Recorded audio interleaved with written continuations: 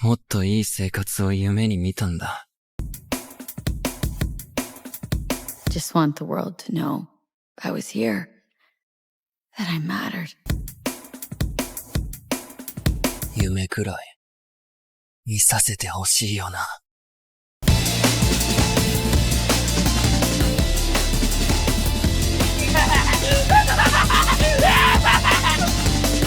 Before I go now, it better be with fucking fireworks.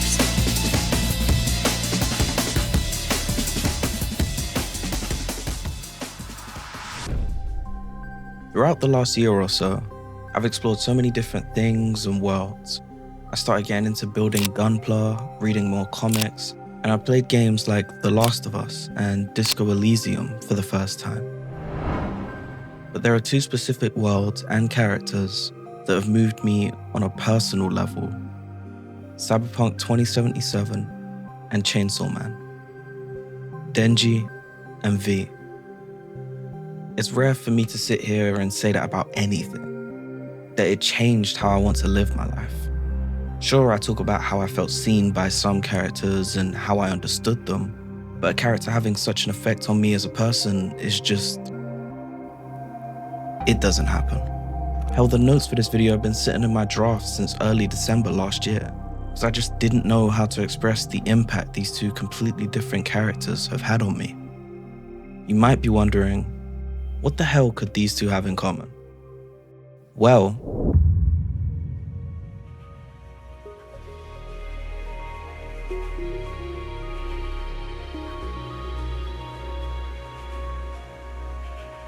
both Denji in Chainsaw Man and V in Cyberpunk 2077 begin their journeys with the desire to actualize their dreams. Denji is somebody who's buried under generational debt and stripped of any real childhood. His journey starts with a conversation with Pachita about how he longs to eat bread with jam and go on a date and be held by a girl. He clings to the idea of a normal life as his ultimate goal. V isn't actually far off from him in the beginning of my favorite life path, Corpo. She's given her whole life to the company, Arasaka, and when it's convenient, she's disposed of, only being saved by her closest friend, Jackie. Her journey starts with a question: quiet life or blaze of glory? And it becomes the foundation for every decision V makes. She's given what seems to be a once-in-a-lifetime opportunity, a heist against Arasaka. Something smooth and silent, but just loud enough in the right circles to elevate her status as a Night City legend. But as a result of the heist, V loses Jackie, and a ticking time bomb by the name of Johnny Silverhand is placed in her head. That chip implanted in V is a construct slowly overwriting her consciousness until one day she'll just be gone. Chasing her dream comes at a cost that V's all too prepared to pay until she's actually confronted with it. Drinks are named after our regulars. Say I wanted to have a drink named after me. What would I have to do? Snuff it. Mind-blowingly spectacular fashion. Mid-op would be best. The idea of being a legend is immediately associated with death because the city treats dying young as the price of living forever. A legend is somebody whose story is so explosive that it outlives them. Aside from Eddie's, reputation and status is the only currency Night City trades in. Someone like Johnny Silverhand achieves that title precisely because his life ended in a spectacle. He's forever frozen in time at his most dramatic moment and transformed from the abusive, flawed person he was into a symbol of what you could be in NC. Immortal. Johnny Silverhand died a legend. Nobody forgets that. That exchange is romanticized by Night City, becoming a core part of its culture, teaching mercs that being forgotten is a fate worse than life being cut short. The heart of V's character arc is confronting that culture and choosing between the quiet life or a blaze of glory. In what I believe to be V's most tender moment, she confesses what she truly desires from reaching her dream. You're scared because you've given up on your dreams. What happened to becoming the best in all of Night City? Still want to be the best. Never gave up on that goal. Chances of getting there are starting to look pretty slim, though. I just want the world to know I was here, that I mattered. I find that line halfway between tragic and beautiful. Dropping the hardened exterior of a merc and revealing that your drive to take risks, chase fame, and pursue the blaze of glory isn't just rooted in ambition, but an overwhelming desire to leave a mark, to assert that your life mattered and matters. And in a way, that's what everybody's chasing in Night City. An edgerunner pursuing a title wants to feel loved. A corpo climbing the ranks is seeking notoriety. The idea is spread throughout NC. It's what keeps people going to such a violent place. The promise of connection. What's the graffiti littered around the city, if not somebody trying to leave a mark, trying to say, I'm here? It's an incredibly beautiful idea, I think, but the tragedy of it is that in order to leave that mark, most are ready to die. I also think the depth of this line is completely elevated by Sharami Leigh's incredible voice acting, which is also a huge part of the reason V's become my favorite video game character. But I'll save that for a separate video. Having V confront this about herself not only made me feel more attached to her as a character, but is also a crucial point in her character arc, realizing what she really wants. There's a deep contrast between Night City's glamorous legends and the fragile lives behind them. Johnny's presence in V's head further explores that tension, because his life embodies the blaze of glory path. When you meet people who do remember Johnny though, their reactions don't always give off warmth because of how he lived his life. The game uses him to interrogate whether that legendary rocker boy status has truly fulfilled him as a person, or just turned him into a mascot, a means for selling the dream of legend to edgerunners. I think the best way the game does this is in my favorite scene, when you visit Johnny's grave. You find there's no flowers, nothing. What did you expect? Headstone, flag, and flowers? No, I don't know. A marker. Something. Anything. Really need symbolic, empty gestures? Guess I do. Thought I'd feel like I'd closed a chapter here. Like I'd said goodbye to the old Silverhand. Hello to the new. And how do you feel? Like I never even was. Moments like these always get me. In the same way V drops the merc exterior in her confession, Johnny drops the rocker boy exterior in this one. It's a huge turning point for their relationship and Johnny's character arc too. But not just that. For me, playing as V, that's when I realized the pointlessness in chasing the legend status. If V's be-all and end-all is being seen, being remembered, the real value comes from the connections around you and understanding who you are. Befriending Panam and helping her family until they welcome us in. Falling in love with Judy, someone who's looking for the best in people in the worst city to do that. Someone who loves fast and fully because in Night City, it can be taken at any moment. Those people know V's here. They know V matters. In the end, Quiet Life or A Blaze of Glory isn't about are you a regular person or are you special, but about what success really means. Does a dream only matter if the world sees it and adores it, or is it enough that it feels meaningful to you? I'm extremely harsh on myself and my work. I'm never fully satisfied with a video, a script, a piece of writing, a thumbnail. Rather than discovering the value in my work for myself, I'm always seeking it from others. For a long time, one of my dreams was to make cool things that people love. Now, I just want to make things that I love first. Everything else is secondary. The game showed me that it's okay to dream, and that my dream doesn't have to be grand or widely appreciated to have value. V's story gave me the reassurance I needed to feel satisfied in myself, rather than chasing other people's validation. It changed how I dream. Denji's dream in Chainsaw Man is also small and only meaningful to him, but whilst my dream was based around the feeling I got from people, His dream is a direct result of what was taken from him by them.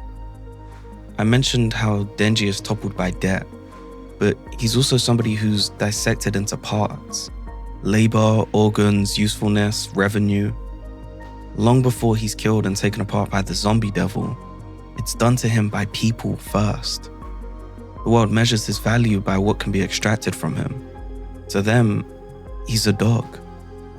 One of the strongest themes in Chainsaw Man is the exploitation of children and how childhood is cut short by abusers, whether it be the Yakuza or Makima. Reze, another person who's had her childhood cut short by abusers, points out how Denji's still a kid. He should be in school or playing games, not fighting devils. The theme is so strong and prevalent. There's a song in the soundtrack called End of Childhood, which is ambient and melancholic and lonely. To add on to an already powerful piece of storytelling, Makima, Denji's abuser, is on the cover of the song. An OST about saying goodbye to a childhood he never had. The abuse and isolation is built up so strongly that Denji doesn't have the language to articulate his loneliness, which is why he'll say things like, "No matter what I watch or think about, it all goes to crap. Even good food doesn't taste good anymore. My brain must have turned into crap." Or he'll ask questions like,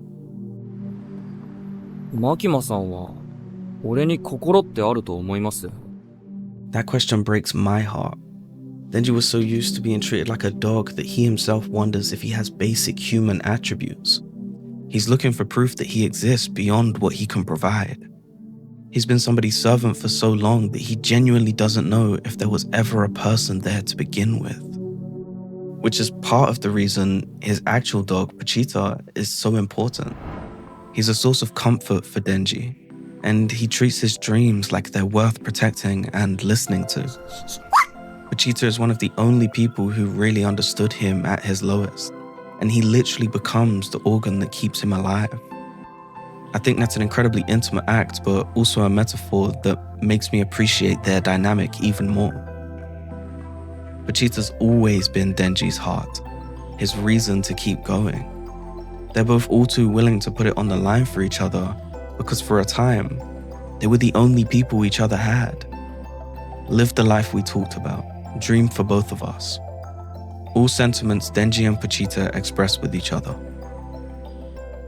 And now that I think about it, starting this section with both Denji and V have the desire to actualize their dreams was me being dishonest with you. In other words, I've been lying to you. Because in all honesty, it's not true for Denji.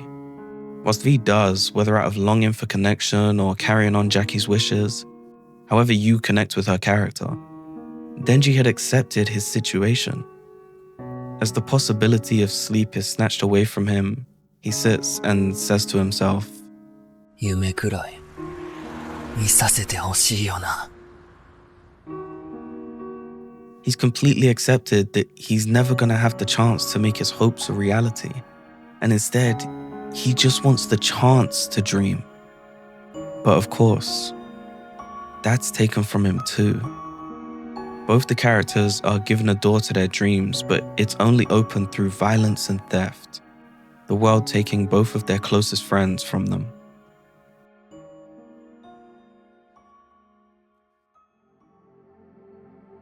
I mentioned an intimate moment earlier, and it makes me want to talk about intimacy in both Chainsaw Man and Cyberpunk as a whole.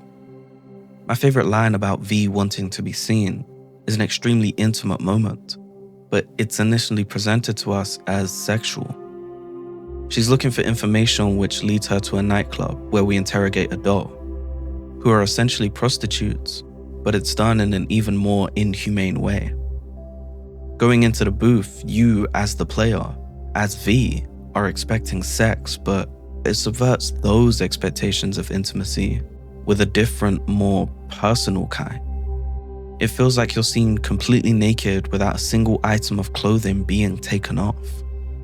It feels invasive and tender at the same time. That's something Chainsaw Man excels at.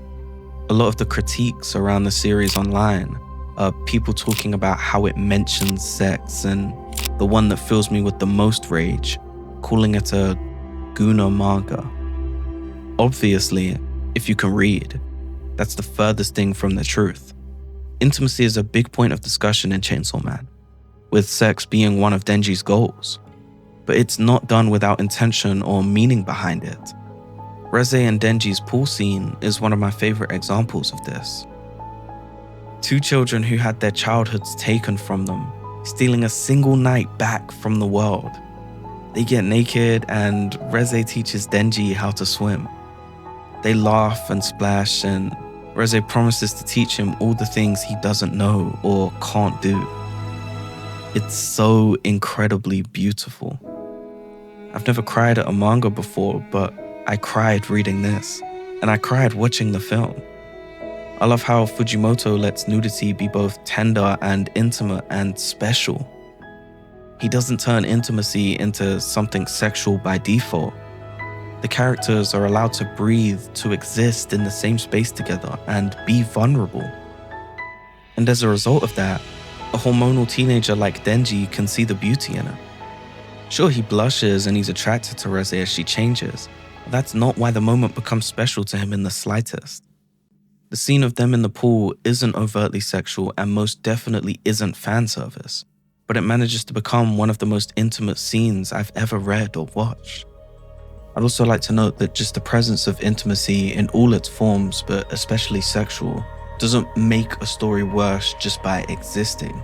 And I'd argue that if it turns you away from a story or dilutes your interest in it, that it says more about your emotional maturity than anything about the author or the characters.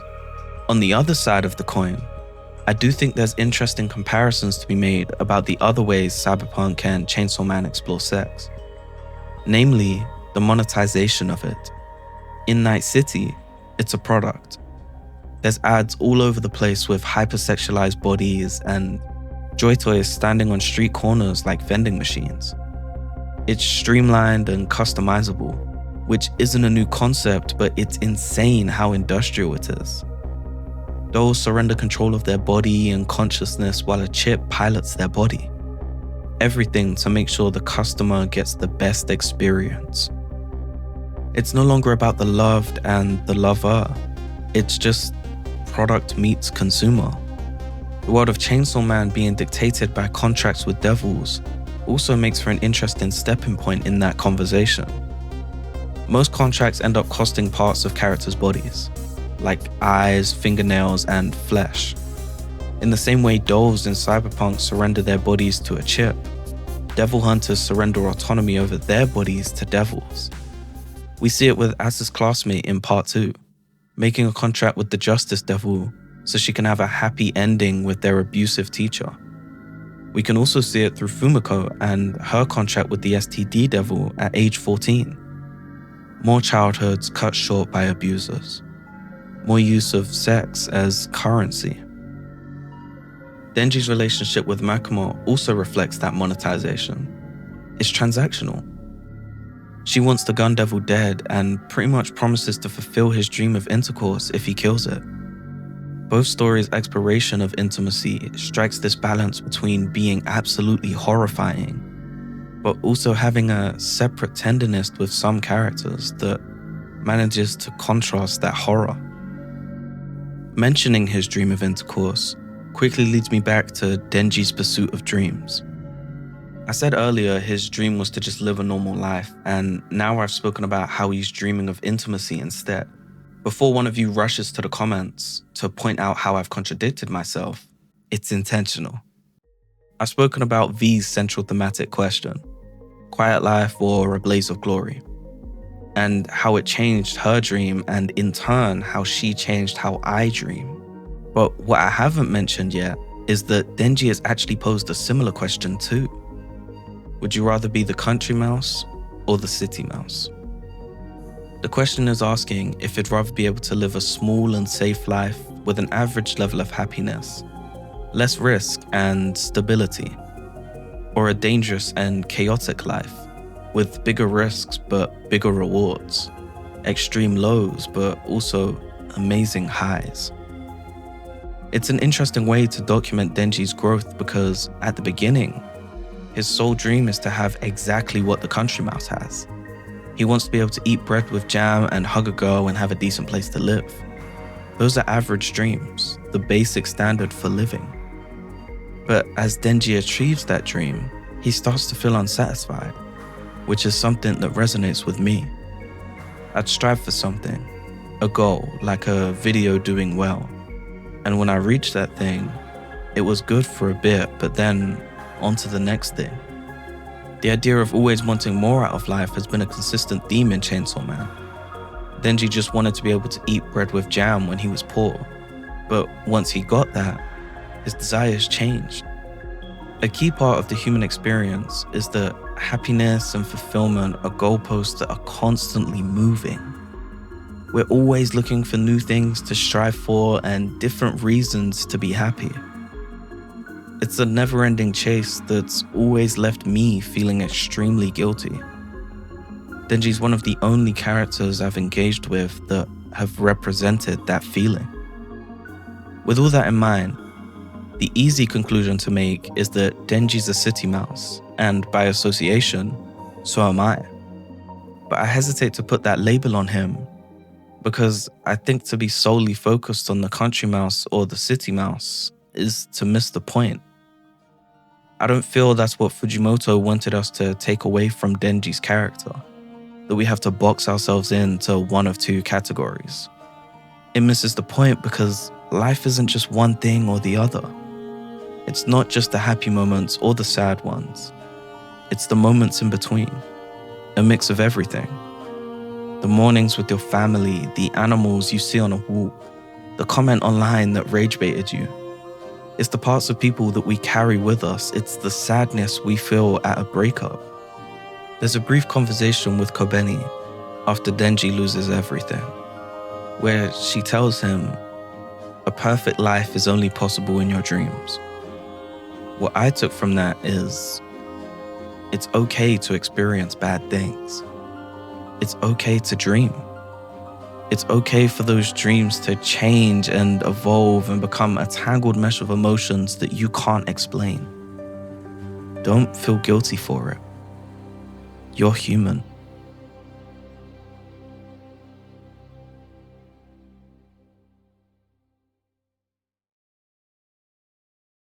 That pretty much wraps the video and what I have to say about how the characters have changed my life. I still have a lot more to say about Cyberpunk and Chainsaw Man, but there's only so much that'll fit in one video, and those things would be individually rather than putting them together. I gotta say, this is probably the weirdest video I've made. It's a strange combination of two different things, Chainsaw Man and Cyberpunk, but it felt fitting enough for me to put them together. If you would want to see me talk about these things again at some point, then let me know in the comments, and then let me know your relationship with these characters. Let me know how you feel about both series, both stories, both the game. The most interesting part about doing these is always reading the comments. I always have the best time going through the comment section. If you'd like to support the channel and me helping make these videos, you can do so by becoming a channel member. The link will be in the description. If you'd like the chance to be able to talk to me personally a little, then please do join the Discord. The link is also in the description. But yeah, that's everything. As always, thank you for watching. Stay safe, and yeah, peace.